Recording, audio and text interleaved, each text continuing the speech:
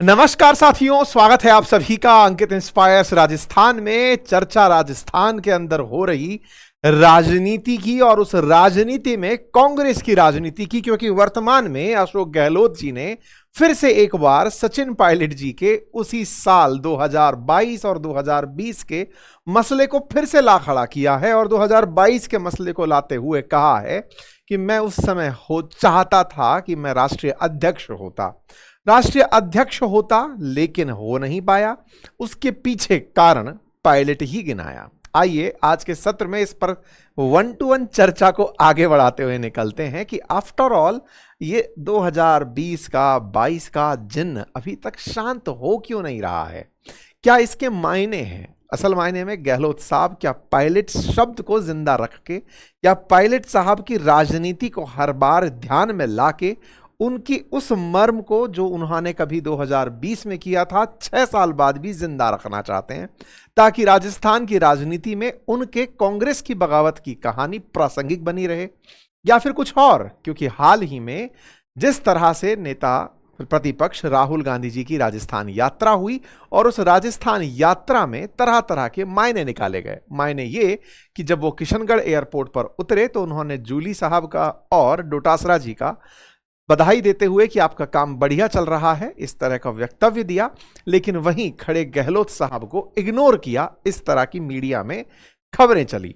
इस इग्नोरेंस के मायने निकाले जाने लगे। कहा जाने लगा कि जिस तरह से कांग्रेस ने हाल ही में कर्नाटक में डीके शिव कुमार को मुख्यमंत्री बनाया है, अब केंद्रीय नेतृत्व, आला कमान, हाई कमान कुछ बड़ा करने के मूड में है, नई पीढ़ी को मौका देने जा रहा है। जिस तरह से कर्नाटक में पार्टी सेम रखते हुए सीएम चेहरा बदला गया, ऐसे ही अब यह बारी राजस्थान की है।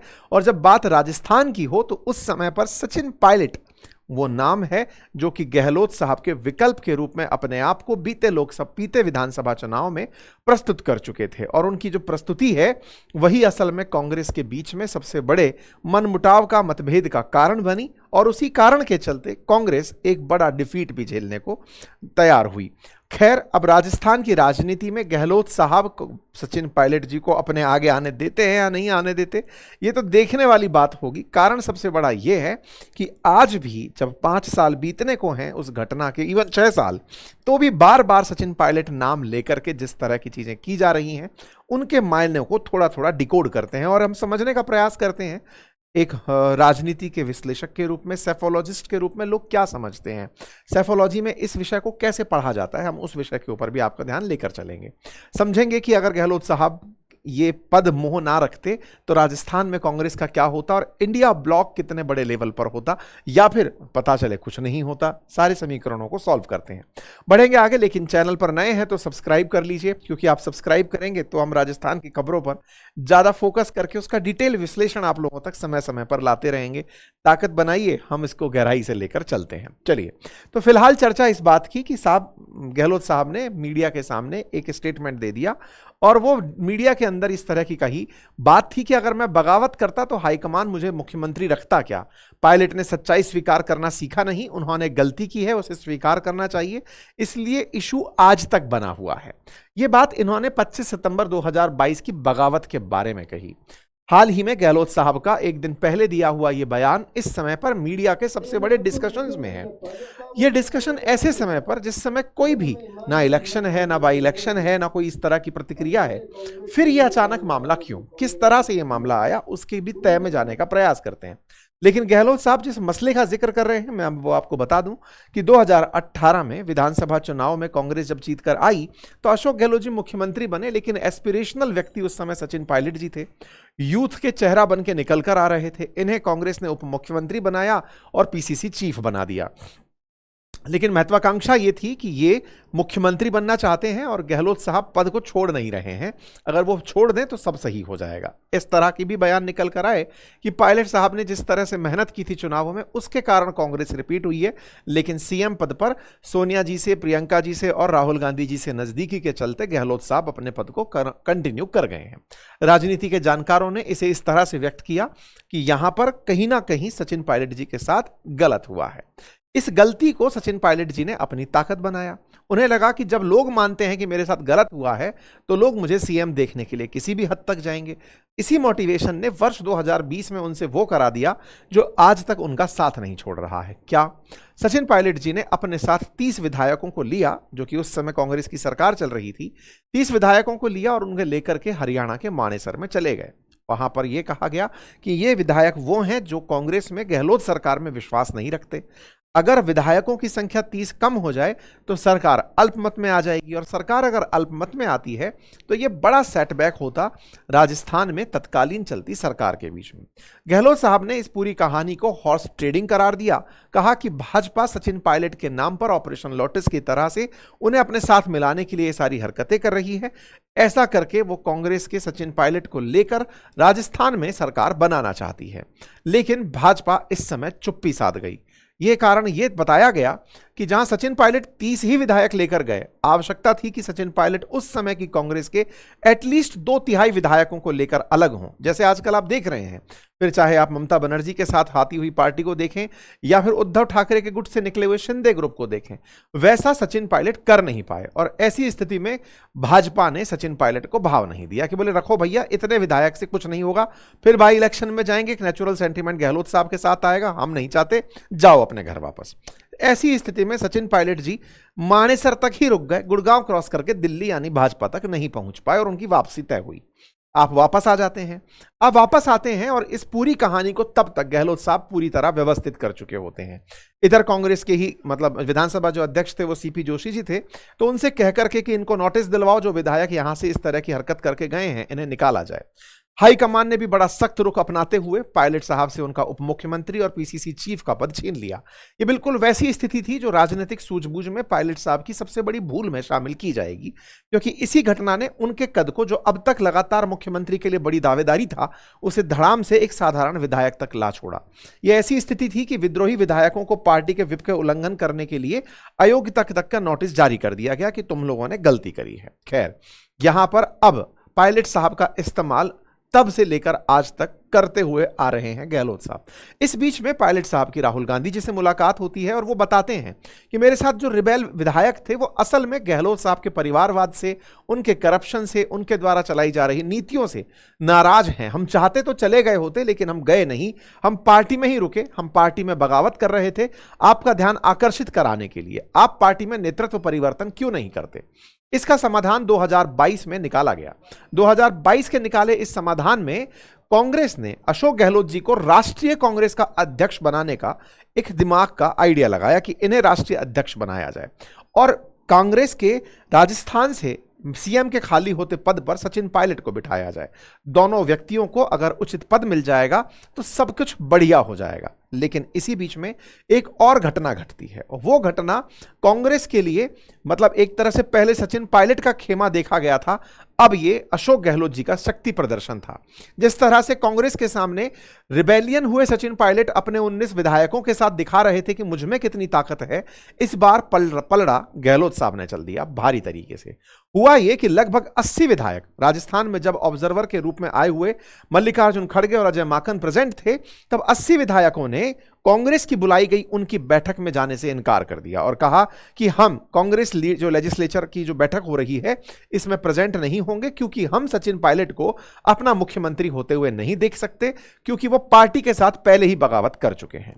तो कांग्रेस लेजिस्लेचर दल की इस बैठक में जिस तरह से विधायकों ने विरोध किया, यह विरोध आला कमान के विरोध में माना गया। कहा गया कि आला कमान चाहते थे कि यहां सचिन पायलट सीएम बने और गहलोत साहब निकलकर केंद्र में अध्यक्ष बने, लेकिन गहलोत साहब ने अपने द्वारा कुछ किए बिना ही विधायकों से वो करवा दिया, जिससे कि आला कमान कुछ बोलने की स्थिति में नहीं रहा कि 2/3 विधायक लेकर गहलोत जी बैठे हुए हैं तो इनके खिलाफ कैसे जाया जा सकता है। गहलोत जी ने उस दाव को इस तरह चला कि ये मेरे साथ आने के लिए नहीं, ये सचिन पायलट के खिलाफ जाने के लिए तैयार है और वो ये कहते हैं कि हम 80 में से किसी को भी मुख्यमंत्री बना दो, लेकिन हम उन्हें मुख्यमंत्री नहीं देख सकते। ये जो दाव था, इसके बाद में आला कमान को गहलोत जी की राजनीति का सामना करना पड़ा और यहां से घर वापसी करनी पड़ी। गहलोत जी राजस्थान के मुख्यमंत्री बने रह गए। इस पर राजनीतिक विश्लेषकों का मानना था कि गहलोत जी ने बड़े ही स्मार्टनेस का इस्तेमाल किया। उन्हें पता था कि जब तक राहुल गांधी जी और सोनिया गांधी जी पार्टी नेतृत्व में हैं, तब तक अध्यक्ष का पद केवल एक पपेट ही रहेगा। उनकी नजर में यह हमेशा से था कि राजस्थान के मुख्यमंत्री की जगह एक पपेट अध्यक्ष बनना फायदे का सौदा नहीं रहेगा। फैसले वही होंगे जो आला कमान या हाई कमान करेगा। लेकिन पहले कांग्रेस जब से स्थापित हुई है, उसकी स्थापना से लेकर अब तक के, या फिर कांग्रेस परिवार में विशेष रूप से सोनिया गांधी जी का जो परिवार जब से सावी हुआ है, उससे पहले के जो अध्यक्ष रहे, इवन महात्मा गांधी जी हों या फिर पटेल साहब हों या बड़े नेहरू जी हों, ये सब जब जब अध्यक्ष रहे हैं, कांग्रेस ने हमेशा अध्यक्ष पद सबसे ऊपर पाया है। लेकिन अब अध्यक्ष से ऊपर भी एक पद है, तो ये नहीं चाहते थे कि वो एक ऐसे पद पर जाएं जो कि एक कॉम्प्रोमाइज्ड कहलाए। इस तरह राजनीतिक विश्लेषकों ने गहलोत जी के इस कार्य का बचाव किया। लेकिन गहलोत जी बड़े स्मार्ट तरीके से इस मूव को कर गए। उन्होंने खुद के समर्थन में लोगों के बारे में बात नहीं की। उन्होंने कहा मुझे तो आला कमान का आदेश मंजूर है। आज भी वो यही कह रहे हैं कि याद रखिए कि ये विधायक मेरे साथ नहीं आए थे, ये सचिन पायलट के खिलाफ आए थे। इनका कहना था कि हम सचिन पायलट के साथ नहीं जाना चाहते, हम तो किसी को भी मुख्यमंत्री देख लेंगे। गहलोत साहब ने कहा कि अध्यक्ष पद तो मैं भी चाहता था। गहलोत साहब ने इस तरह की बात कही तो लोगों के मन में एक बड़ा प्रश्न उठा कि गहलोत साहब अभी अचानक अध्यक्ष पद की चर्चा क्यों करने लगे हैं, या फिर गहलोत साहब को क्या अंदर से यह लग रहा है कि आला कमान नाराज है उनकी उस हरकत से। ऐसा क्यों हुआ, अब उसके बारे में चर्चा करते हैं। रिसेंटली 1 जून को राजस्थान के दौरे पर राहुल गांधी जी आए थे। राहुल गांधी जी को किशनगढ़ में पार्टी के सभी बड़े नेता रिसीव करने पहुंचे, और उन रिसीव करने वाले नेताओं में जूली डोटासरा जी और ये सब शामिल थे, और गहलोत साहब शामिल थे, सचिन पायलट जी शामिल थे। और उसमें एक तस्वीर ऐसी आई कि राहुल गांधी जी की गहलोत साहब से मुलाकात थोड़ी अच्छी नहीं हुई। अब मीडिया का अपना नजरिया है देखने का, जबकि गहलोत साहब लंबे समय से वहां प्रेजेंट थे। अब पार्टी के अंदर क्योंकि एक धड़ा मीडिया का ऐसा भी है जो सचिन पायलट जी को सीएम बनाने के लिए दिन रात अपनी न्यूज चलाता रहता है कि भाई कैसे ना कैसे करके बस सचिन पायलट मुख्यमंत्री बने। एक तरह का पीआर स्टंट है। राजस्थान के अंदर मीडिया को बड़ा ही तरीके से देखा जाता है। गहलोत साहब का जो तंज है वो इस बात पर भी बड़ा है कि यहां पर समझ में नहीं आता कि क्यों सचिन पायलट को पूरे टाइम के अब प्रधानमंत्री पद के लिए जा रहे हैं सचिन पायलट की, अब अध्यक्ष पद के लिए जा रहे हैं, कि अब सीएम पद के लिए, अब पीसीसी चीफ के पद के लिए, बोले आप ऐसी खबरें चलाकर उनका नुकसान करते हैं। ऐसा गहलोत साहब का उनके ऊपर तंज रहा है। खैर, ऐसे में राहुल गांधी जी की जब मुलाकात रही और उसमें इन दो की तारीफ रही, तो मीडिया ने चलाना शुरू किया कि गहलोत साहब से वो नाराज थे। नाराज क्यों थे? क्योंकि आपके चलते सचिन पायलट मुख्यमंत्री नहीं बन पाए। गहलोत साहब की ये जो नाराजगी का अवसर था वो असल में 1 जून को किशनगढ़ में आए राहुल गांधी जी का था। और उस दौर में यह हुआ कि शाम के समय राहुल गांधी जी ने एक नेताओं के साथ चाय पार्टी रखी। ये 5 घंटे बाद होनी थी, तो गहलोत साहब वहां से निकलकर चले आए। अब वहां से निकलकर चले आए तो ये कोई ऐसी आधिकारिक वार्ता नहीं थी, लेकिन मीटिंग में मायने निकाले गए कि गहलोत साहब को प्रॉपर जब राहुल गांधी जी ने समय नहीं दिया तो वो चले आए, और वो इस संदेश को मीडिया के माध्यम से उन तक पहुंचाए कि साहब भूलिए मत, ये जिस व्यक्ति के लिए आप ऐसा कर रहे हैं ये बगावत कर चुका था, और इस व्यक्ति के साथ में और लोग नहीं जाना चाहते, वो बात भी आप याद रखिए। मेरे को अध्यक्ष पद से कोई दिक्कत नहीं थी। इस तरह की बातें निकल कर आई। ये तस्वीरें जो हैं, इन तस्वीरों के मायने लोगों ने निकाले। अब जो भी है, राजस्थान की राजनीति में फिर से गहलोत साहब ने उस जख्म को हरा कर दिया है कि कांग्रेस अध्यक्ष नहीं बनना ये मेरी चाहत नहीं थी। मैं तो चाहता था कि कांग्रेस अध्यक्ष बनूं, और मीडिया को गहलोत जी ने कहा कि आप इन्हें, पायलट साहब को जो बार बार आकर के बना देते हो कि आज प्रधानमंत्री, आज मुख्यमंत्री बन रहे हैं, इनसे बचे। खैर, अब ये जो भी है, दोनों पार्टियों के राजनेताओं की राजनीति राजस्थान के मैक्सिमम लोग जानते हैं। अब यहां पर एक चर्चा करते हैं अपन लोग, और वो चर्चा इस बात की है कि सबसे परे ये क्या होता, क्या नहीं होता, कैसे होता, क्या नहीं होता, इन सब बातों को हटाते हुए अपन एक और बात करते हैं। बात यह कि अगर बाई चांस ऐसा होता कि 2022 में सीएम पद पर बैठ जाते सचिन पायलट और मुख्यमंत्री पद से हट करके अध्यक्ष बन जाते गहलोत, तो इस पर ना एक मैथोडोलॉजिस्ट हुए हैं, स्विंग मैथोडोलॉजी यानी वोट को स्विंग करने की जानकारी रखने वाले वैज्ञानिक सर जॉन कर्टिस के नाम से। उन्होंने राजस्थान के चुनावों का अगर उनके नजरिए से विश्लेषण देखा जाए तो राजस्थान के चुनावों में जो वोट स्विंग था वो 4.2% के आसपास था। 2022 में, 2023 का जब इलेक्शन हुआ तो 2022 में चूंकि पायलट साहब नहीं बनकर आए मुख्यमंत्री, तो 2023 के अंदर जब चुनाव हुए तो पूर्वी राजस्थान, जिसमें पायलट साहब का दबदबा ज्यादा माना जाता है, उन क्षेत्रों में कांग्रेस का प्रदर्शन पुअर रहा, जिसके चलते कांग्रेस इलेक्शन 2023 में सरकार नहीं बना पाई।